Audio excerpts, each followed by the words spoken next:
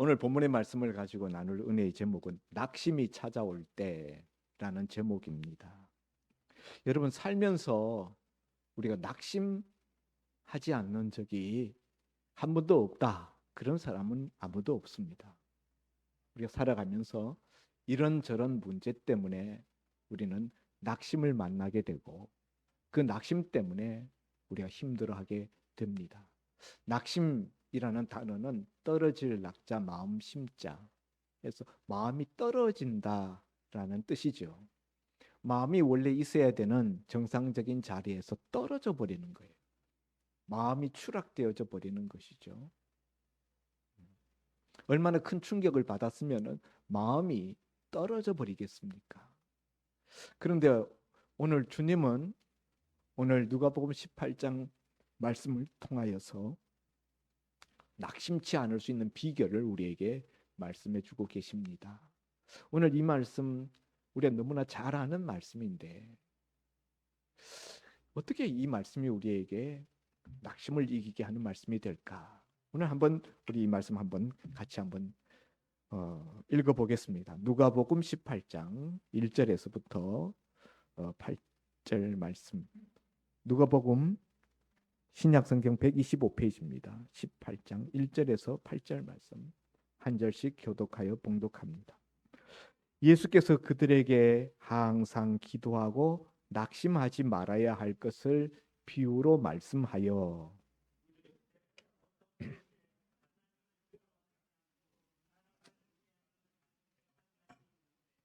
그 도시에 한 과부가 있어 자주 그에게 가서 내 원수에 대한 나의 원한을 풀어주소서 하되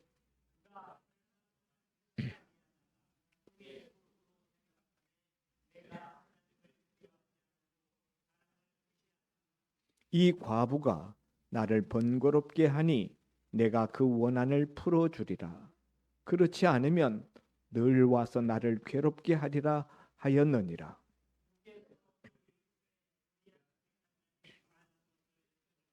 하물며 하나님께서 그 밤낮 부르짖는 택하신 자들의 원한을 풀어주지 아니하시겠느냐? 그들에게 오래 참으시겠느냐? 내가 너희에게 이르노니 속히 그 원한을 풀어주시리라. 그러나 인자가 올 때 세상에서 믿음을 보겠느냐 하시니라. 아멘. 오늘 누가복음 18장 1절 말씀에서 예수님은 낙심치 말라 이렇게 말씀하십니다. 낙심치 말라라는 것은 아무나 할 수 있는 이야기예요. 중요한 것은 낙심이 되는데 어떡하냐는 거죠. 누가 낙심하고 싶어서 낙심하는 사람이 누가 있겠습니까? 다 낙심하고 싶어 하지 않습니다. 그런데 문제가 생겨서 그 문제를 해결할 수 없을 때 그 절망감 속에서 낙심이 우리에게 찾아오는 것이죠. 오늘 이 누가복음 28장 말씀에 대해서 우리가 잘 안다고 생각하는데 정말 이 말씀이 그런 말씀인가 그런 뜻인가 우리가 한번 잘 살펴봐야 합니다. 오늘 이 말씀은 예수님이 비유로서 하신 말씀입니다. 실제로 일어난 사건이라기보다는 예수님이 가상하여서 이런 일들이 일어남직한 그런 사건을 사례로 예수님이 말씀을 편집하신 거예요. 비유로 한 가난한 과부에 대한 억울한 과부에 대한 이야기를 하고 계십니다. 억울한 한 과부가 있었는데 그 과부가 자기의 억울한 일을 해결받기 위하여서 재판관에게 찾아갔다는 것입니다. 그런데 이 재판관은 불의한 재판관이라. 하나님을 알지 못하고 사람을 무시하는 그런 불의한 재판관이라 이 가난한 과부의 청탁을 이 청원을 들어주지 않는 것입니다. 당시에 세태상은 가난한 과부들, 힘없는 약자들이 강한 자들에게 늑탈당하는 억울한 일들이 횡행하는 그런 시대상이었습니다. 그런 사회적인 부조리가 판을 치던 그런 상황 속에서 예수님은 그런 한 샘플인 가난한 과부의 이야기를 소재로 끄집어내셨습니다.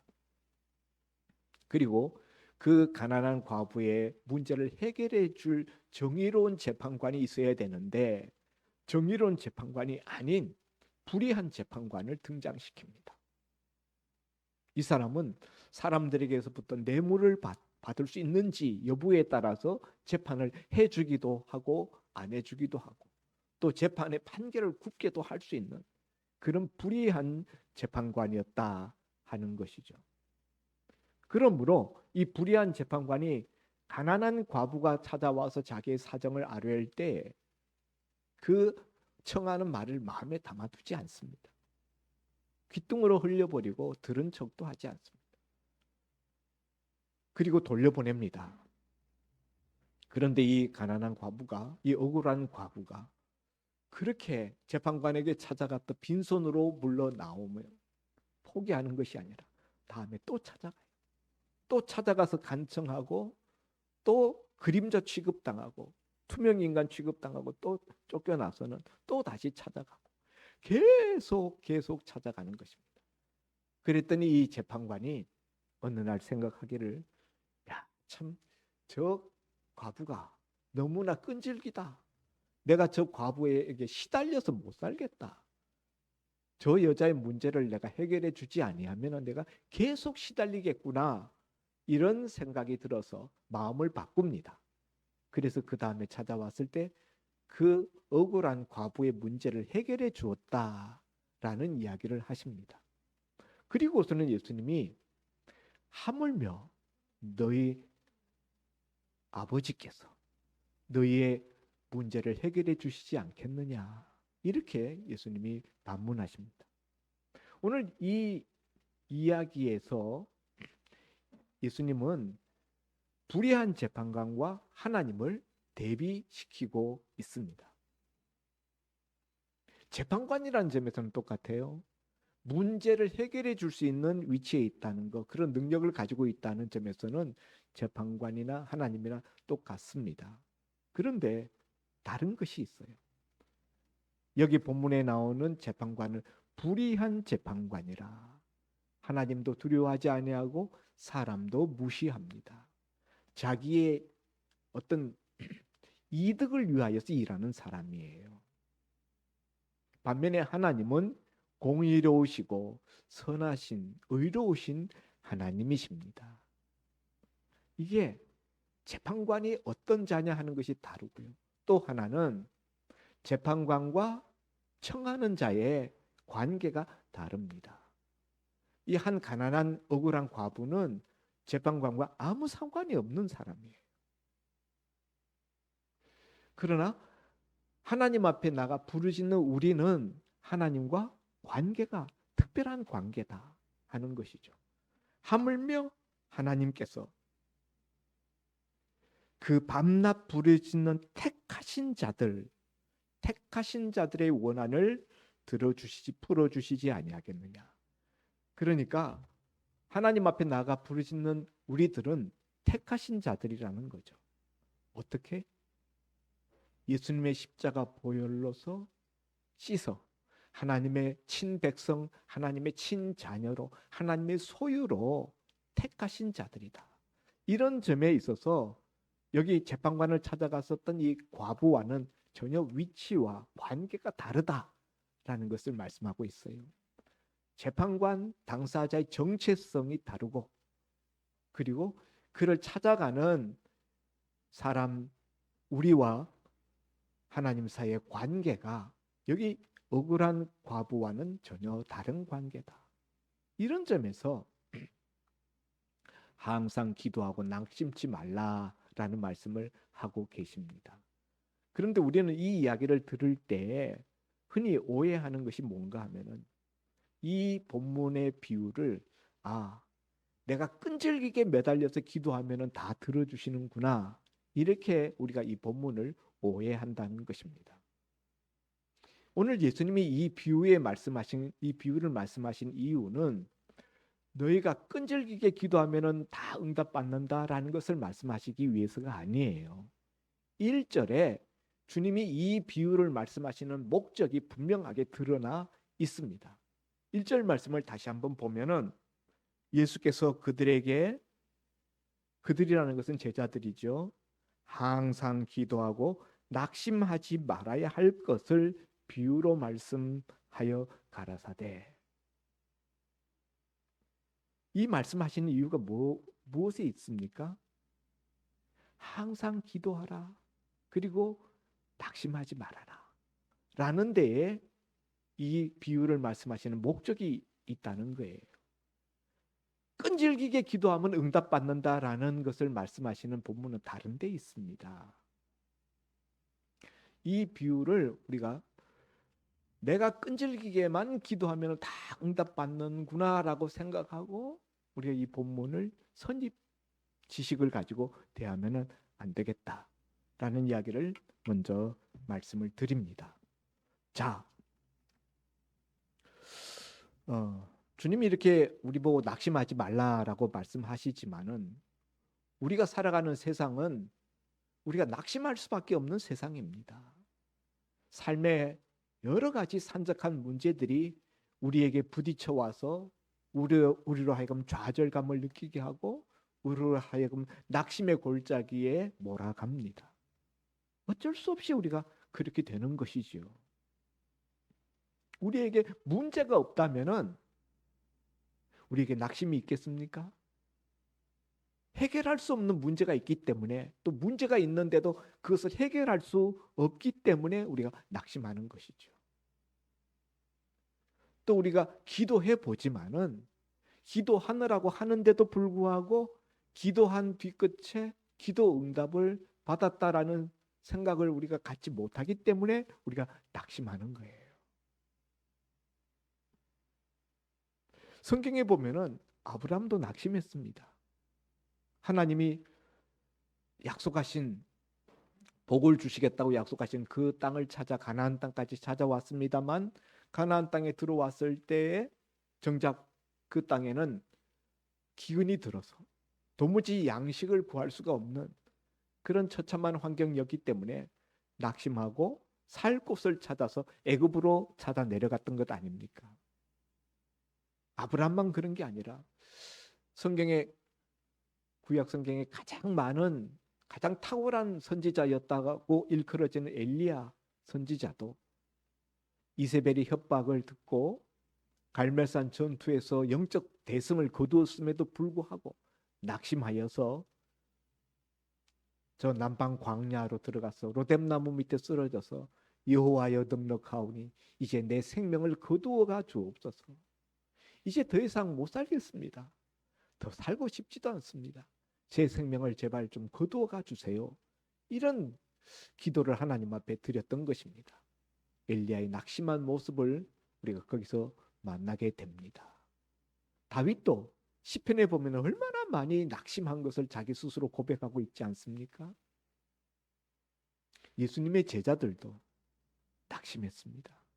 예수님이 십자가에 달려 죽으시는 모습을 보고 낙심한 제자들이 엠마오, 자기 고향으로 돌아가는가 하면은 산산이 뿔뿔이 다 흩어지는 그런 낙심한 모습들을 우리가 보지 않습니까? 우리가 예수님을 믿고 따르지만은 그럼에도 불구하고 우리에게 낙심이 우리에게 찾아온다는 거죠.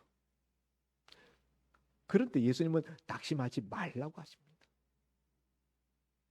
이 말씀을 통해서 우리가 낙심하지 않을 수 있는 무슨 근거, 무슨 비결을 우리가 이 본문에서 찾아낼 수 있을까?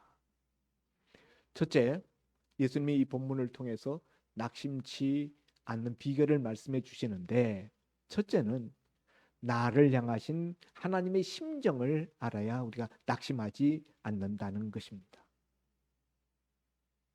오늘 불의한 재판관과 하나님을 대조를 시키면서, 대비를 시키면서 불의한 재판관도 아무 상관이 없는 이 과부의 문제를 들어주었거든, 풀어주었거든. 하물며 너희를 택하신 너희 하늘 아버지께서 너의 부르짖는 그 소원을 들어주시지 않겠느냐? 너의 원한을 풀어주시지 않겠느냐? 이렇게 주님이 말씀하시는 것은 하나님의 마음이 우리를 향해서 어떤 마음을 가지고 있는가를 말씀해 주시기 위해서예요. 8절에 내가 너희에게 이르노니 속히 그 원한을 풀어주시리라. 하나님 아버지의 마음은 그 택하신 자들, 하나님의 자녀들의 그 부르짖는 그 모습을 하나님 다 보시고 그것을 풀어주시기를 원하신다는 거죠. 택하신 자들의 원한을 풀어주기를 기뻐하시는 하나님, 그것이 우리를 향한 하나님의 마음, 하나님의 심정이다.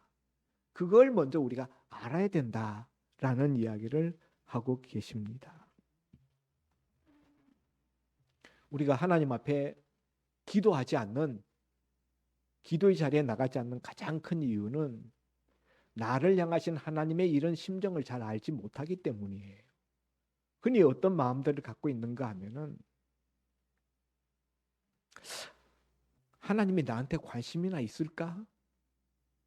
하나님이 나 같은 사람의 문제도 과연 풀어주실까? 하나님의 선하심, 택하신 자들에게 향하신 하나님의 그 문제, 억울함을 풀어주고 싶어 하시는 하나님의 심정을 우리가 잘 모르기 때문에 품는 오해들입니다. 나 같은 거한테 내가 교회 중직자도 아니고 내가 교회 무슨 헌금을 많이 하는 것도 아니고 교회 봉사를 많이 하는 것도 아니고 하나님이 나 같은 거한테 뭔 관심이 있겠어. 내가 하나님 위해서 산 것도 없는데 기도한다고 들어주겠어? 이런 생각. 예. 우리 인간관계에서는 그렇잖아요. 오늘 여기 불의한 재판관처럼 뭔가 뇌물이라도 뭔가 금붙이라도 들고 와서 청탁을 해야 받는 게 있어야 주는 것이 이 세상 원리입니다. 그러니까 그런 세상 원리에 익숙해져 있는 우리는 내가 하나님 앞에 한 것도 없고 드린 것도 없는데 하나님이 나 같은 거한테 신경이나 쓰고 내 문제에 그렇게 나서서 해결해 주시겠어. 이런 마음. 이 하나님의 심정을 모르기 때문이다. 불의한 재판관도 그렇게 억울한 과부의 문제를 해결해 주었거든. 하물며 너희 하늘 아버지께서 택하신 자들의 억울함을 풀어주시지 아니하겠느냐? 속히 풀어주시리라. 이렇게 주님이 말씀하시면서 우리를 향하신 하나님의 심정을 알아야 된다라는 것을 먼저 피력하고 계십니다. 우리가 낙심치 않을 수 있는 두 번째 비결은 오늘 이 과부가 가졌던 이 믿음이 있어야 돼요. 계속 찾아가서 두드리고 부르짖으면 언젠가는 들어주시리라 라는 믿음이에요. 그게 믿음입니다. 하나님 앞에 나가서 부르짖는 것이 믿음이고, 두 번째는 믿음 없는 사람은 하나님 앞에 나가서 기도하지 않습니다. 믿음 없는 사람은 기도 못해요. 두 번째는 하나님 들어주신다고 생각해도 계속적으로 기도 안 한다는 거죠. 조금 기도하다가 안 되나 봐. 안 들어주시려나 봐. 하고 금방 포기해버린다는 거죠. 왜냐하면 나를 향하신 하나님의 선하신 그 마음, 내 문제를 들어주시고 해결해 주고 싶어 하시는 하나님의 그 심정을 알지 못하기 때문에. 또 이 과부가 가졌던 끈질기게 매달리고 찾아가고 부르짖고 하면은 언젠가는 들어주시리라 라는 믿음이 없기 때문에 계속적으로 기도 자리에 나와서 부르짖지 못한다는 것이죠. 그러면은 언제까지 해야 됩니까? 그건 저도 알고 하나님 앞에 나가서 저도 기도하고 하는데 이때까지 기도했지만은 안 들어주시는데요. 응답을 체험하지 못했는데요. 성도들의 낙심은 어, 기도했는데도 불구하고 기도 응답이 없을 때 낙심이 오는 거죠. 뭐 기도 안 했는데, 기도 안 했을 때는 뭐 그런 이야기 할 것도 없죠. 스스로 뭐 자가 발전으로 자수성가해서 크겠다는데 뭐. 근데 그게 아니고 하나님 앞에 매달려서 하나님께로 도움을 받고 뭔가 하나님의 응답을 경험하면서 살겠다고 매달리는데, 그런데도 불구하고 아무런 일도 일어나지 않으니까. 그래서 우리가 낙심의 자리에 떨어지는 것 아니겠습니까? 여기서 중요한 것은 언제까지 기도할 수 있느냐 하는 거예요. 어디까지? 어느 때까지? 어느 때까지 기도해야 되죠? 예, 정답이에요. 우리가 흔히 이렇게 질문하면은 뭐라고 대답하시는가 하면 응답 받을 때까지요. 이렇게 대답하거든요. 응답 받을 때까지. 근데 내가 원하는 응답이 끝까지 주어지지 않으면 어떡할 겁니까?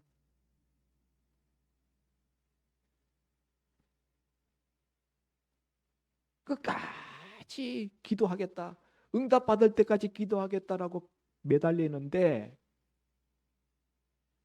응답이 끝까지 안 와요. 그리고 이제 내 생명이 끝나갑니다. 그러면 한없는 낙심의 골짜기에 떨어져야 되겠습니까? 그래서 주님이 주시는 말씀, 맨 마지막 절 말씀. 인자가 그러나 인자가 올 때 세상에서 믿음을 보겠느냐. 이게 도대체 앞에 가난한 과부, 억울한 과부 이야기 끝에 예수님이 오실 때 세상에서 믿음을 보겠느냐. 이 이야기가 왜 나오는 겁니까? 도문서답 같은 이야기고 어떻게 보면 뚱딴지 같은 말씀이에요. 예수님이 온다라는 이야기, 예수님이 오실 때 세상에서 믿음을 보겠느냐. 여기 예수님이 말씀하시는 믿음이라는 것은 1절에 말씀하신 항상 기도하고 낙심치 않는 믿음이에요. 여러분, 항상 기도하고 낙심치 않는 것은 믿음이 없으면 못합니다. 기도 없으면 믿음이 없으면 일단 기도를 안 하고 기도를 못 하고 또 기도해도 잠깐 기도하고 말지 끝까지 기도 못 합니다.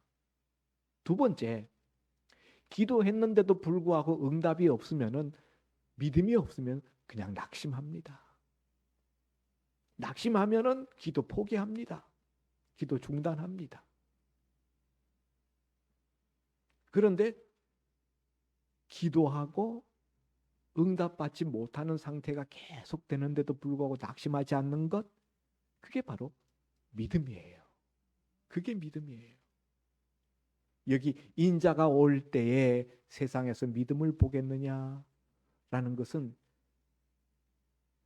예수님이 오실 때까지 기도하겠다라는 자세로 기도하라는 말이에요.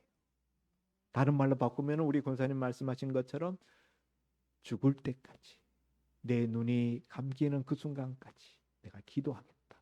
기도하다가 죽겠다. 인자가 오실 때, 예수님이 오실 때 우리 모르잖아요. 예수님이 오실 때보다 우리가 예수님 앞에 가는 때가 더 빠를 거예요. 더 앞설 거예요. 그러니까 내가 죽는 순간까지 기도하겠다. 그리고 그렇게 기도했는데도 불구하고 내가 원하는 기도 응답을 받지 못했을 때, 그럴 때라 할지라도 낙심하지 아니하고 내 뜻대로 되지 않지만은 그럼에도 불구하고 하나님의 선하심과 하나님의 의로우심을 여전히 믿으면서 하나님 손에 맡기는 것. 하나님 무슨 뜻이 있나 보다. 하나님이 내 뜻대로 들어주시지 않는 하나님의 무슨 섭리가 있나 보다 하고 하나님 손에 맡길 줄 아는 것. 그게 바로 믿음이라는 거예요. 뭐 내가 원하는 걸 얻기 위해서 그냥 밤낮으로 매달려서 기도하는 것도 믿음이지만은 주님이 정말 보고 싶어하는 믿음은 예수님이 오실 때까지 자기 뜻대로 이루어지지 않는 것을 보면서도 낙심치 않고 끝까지 하나님 앞에 기도하는 그 모습. 그런 모습을 내가 볼 수 있겠느냐? 무슨 말입니까? 그렇게 기도하는 사람이 많다는 거예요? 적다는 거예요? 그렇게 기도하는 사람이 적다는 거예요. 그렇게 기도하는 사람은 거의 없다는 거예요. 그 지경에 이르면은 거의가 기도 다 포기하고 기도 자리에 이미 다 떠나갔어요. 기도 자리에 없습니다. 또 혹 기도한다 할지라도 마음속으로 하나님에 대한 오만 원망과 불평과 하나님에 대한 불신, 분노 이런 것들로 가득 차 있을 경우가 많다. 그러나 그게 아니라 주님 제 뜻대로는 되지 않았습니다. 그러나 주님의 뜻이 있어서 이렇게 하는 줄 믿습니다. 제 뜻보다 주님의 뜻이 더 좋은 줄 압니다. 주님의 섭리에 모든 것을 맡기겠습니다. 그렇게 할 수 있는 믿음, 그런 믿음을 내가 볼 수 있겠느냐? 주님이 이렇게 말씀하시는 거예요. 근데 여러분, 주님이 이 말씀, 1절 말씀 참 오묘한 말씀이에요. 항상 기도하고 낭망하지 말아야 할 것. 여기서 보면은 기도와 낭망을 같이 등장시킵니다. 항상 기도하라라고 말씀하지 않고 또 낙심하지 말라고만 말씀하지 않고 항상 기도하고 낙심하지 말아야 할 것. 이 두 가지를 병행시켜서 말씀하시는 이유가 어디 있을까요? 기도와 낙심은 같이 간다는 거예요. 기도하지 않으면 낙심이 찾아와요. 낙심하지 않으려면 기도를 계속해야 합니다. 우리 마음속에 낙심이 찾아왔다. 그런 말은 내가 기도가 떨어졌구나. 기도의 자리에서부터 내가 물러났구나. 내 마음속에서 기도가 멀어졌구나 라고 생각하든지 아니면은 내가 기도의 자리로 복귀해야 되겠구나 라는 하나님의 신호로 받아들여야 된다라는 이야기예요. 예. 기도와 낙심은 같이 병행합니다. 같이 동반합니다. 기도 없으면 낙심이 찾아오고 기도하면 낙심이 물러갑니다. 만일 낙심의 자리에 떨어졌는데 기도하지 않고 그 낙심을 스스로 극복해 내려고 하면 어떻게 될까요? 아까 우리가 장로님이 예배 시작 전에 컬럼을 읽어주셨는데 그 컬럼을 잘 읽어보면은 낙심이 우리의 환경으로 찾아왔는데 환경만 정복하는 것이 아니라 낙심이 내 마음까지 정복해서 내 마음을 어둠으로 관통해 버립니다. 우리가 낙심될 만한 환경을 맞이하는 것은 어쩔 수가 없어요. 그건 내 자력으로 되어지지 않는 부분들이 있습니다.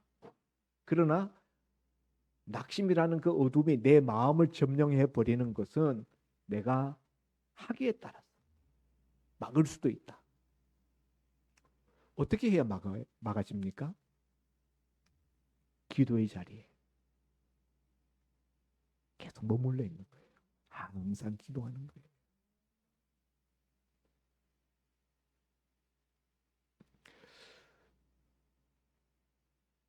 부모님들이 맞벌이를 하는 부부인데 일하러 나가시느라고 아이들을 집에 두고 아이들끼리 하루 종일 싸우지 말고 잘 지내. 그리고 밖에 나가서 일하고 돌아왔습니다. 저녁에 와서 보니까 아이들이 모여가지고 회의를 하고 있어요. 그런데 무슨 회의를 하고 있는가? 야, 요즘 세상이 이렇게 경제가 어려운데 우리 앞으로 어떻게 먹고 살지? 아이들이 한숨을 푹푹 쉬면서 우리 앞으로 뭐 해 먹고 사냐? 그런 모습을 부모님이 본다면은 얼마나 기가 막히겠습니까? 저 녀석들이 지 애미 애비가 있다는 걸 다 잊어버렸나? 지네들이 고아인 줄 아나? 그러지 않겠습니까? 얘들아, 너희는 고아가 아니야. 너희는 아버지가 있고 엄마가 있어. 우리가 너희들 다 책임질 거야. 너희 먹고 사는 거 책임질 거야. 너희의 생활에 대한 건 내가 다 보장할 거야. 나한테 맡겨. 무슨 그딴 염려를 하고 있냐? 야단치지 않겠습니까? 너 아버지 엄마를 어떻게 생각해? 기가 막혀 하지 않겠습니까?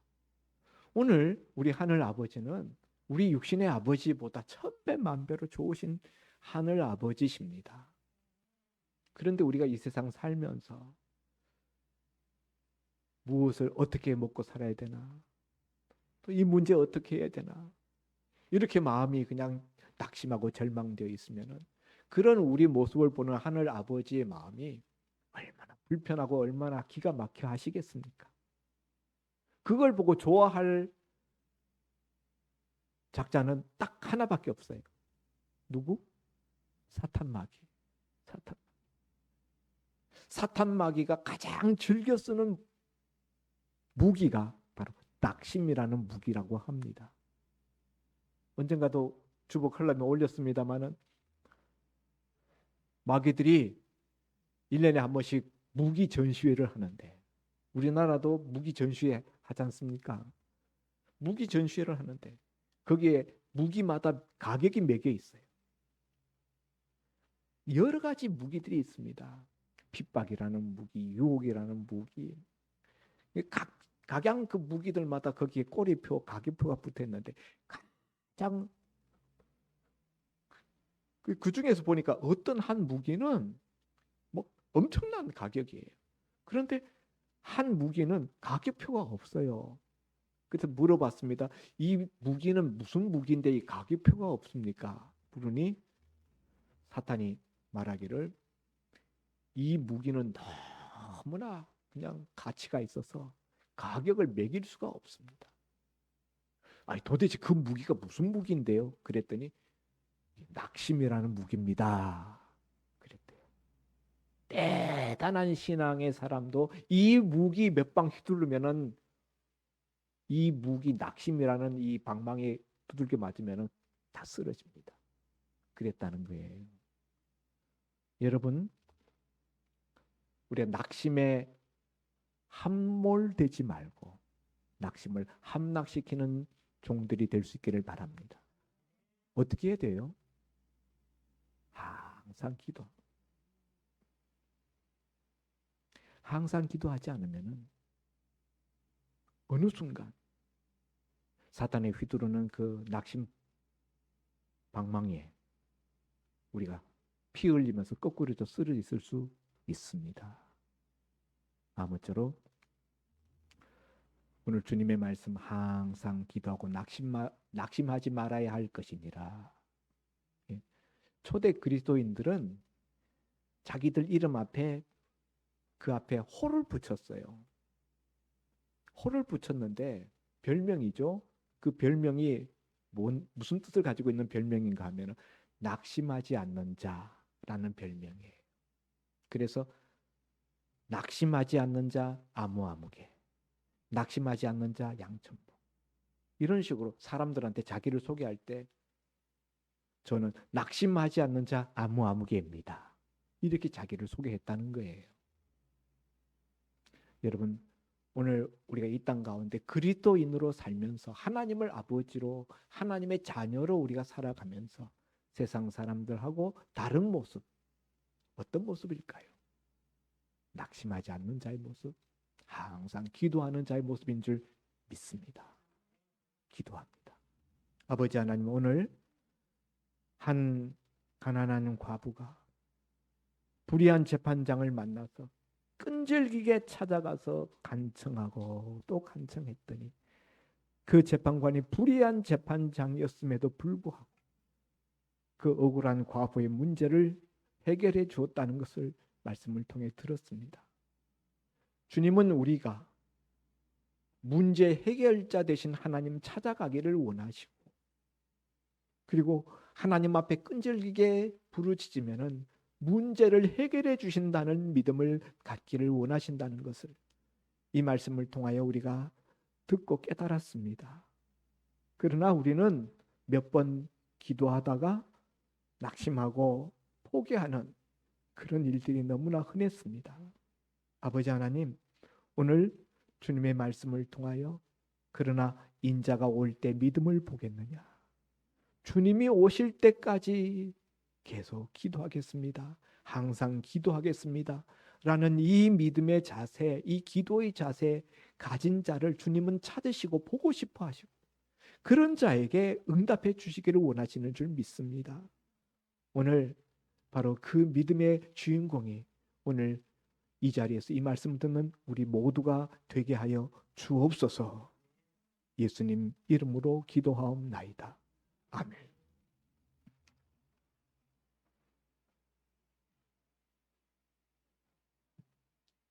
낙심하지 말고 죽을 때까지 기도하는 우리 성도님들 되시기 바랍니다. 찬송가 543장 부르면서 봉헌 드리겠습니다.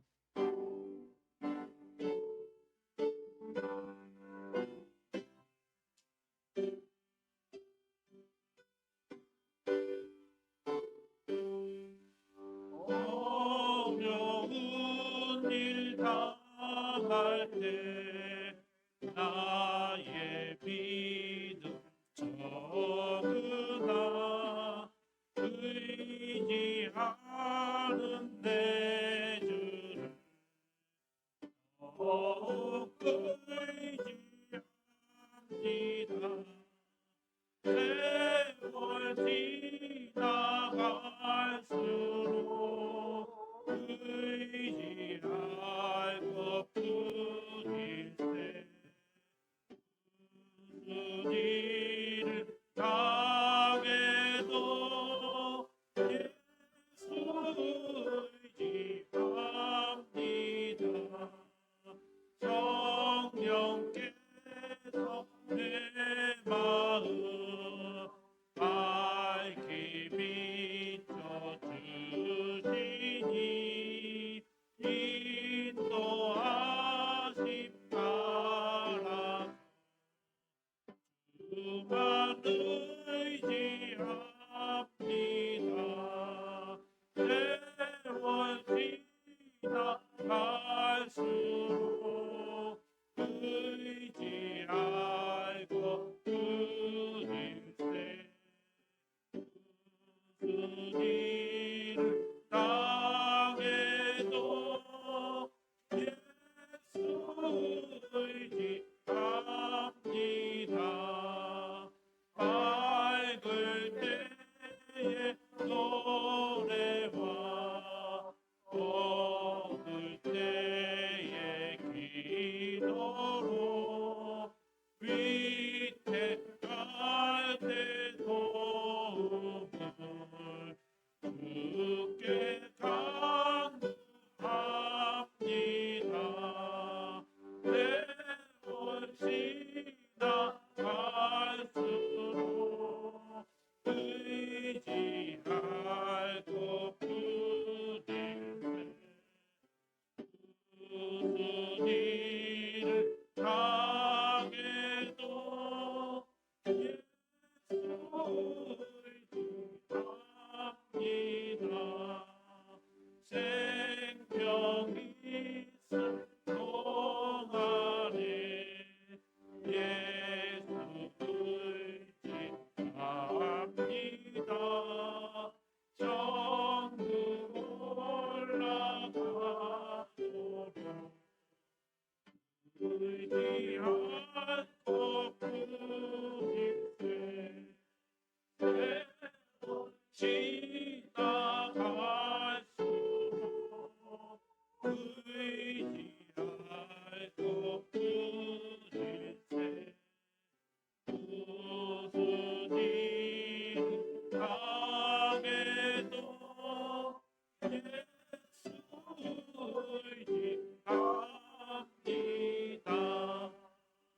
목사님께서 봉헌기도 드리시겠습니다.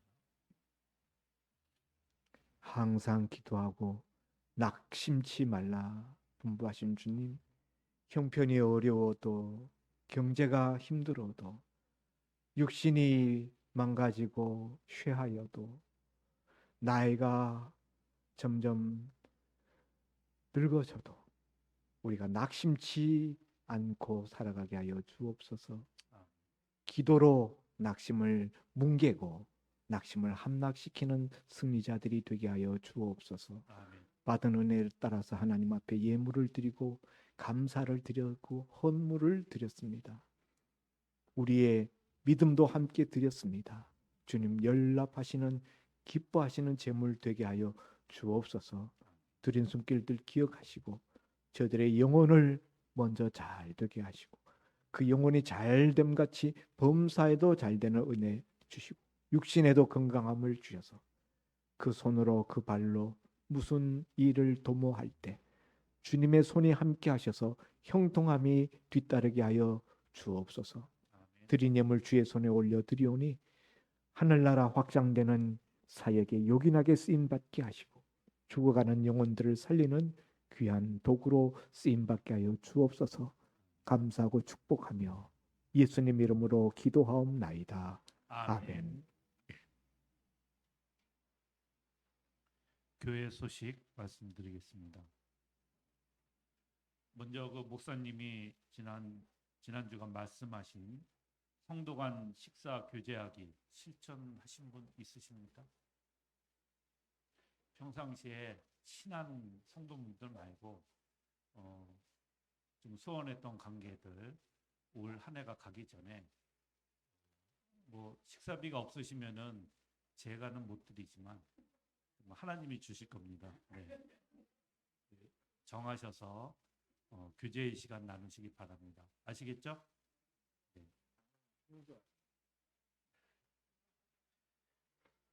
그리고 온라인으로 이렇게 송금하실 때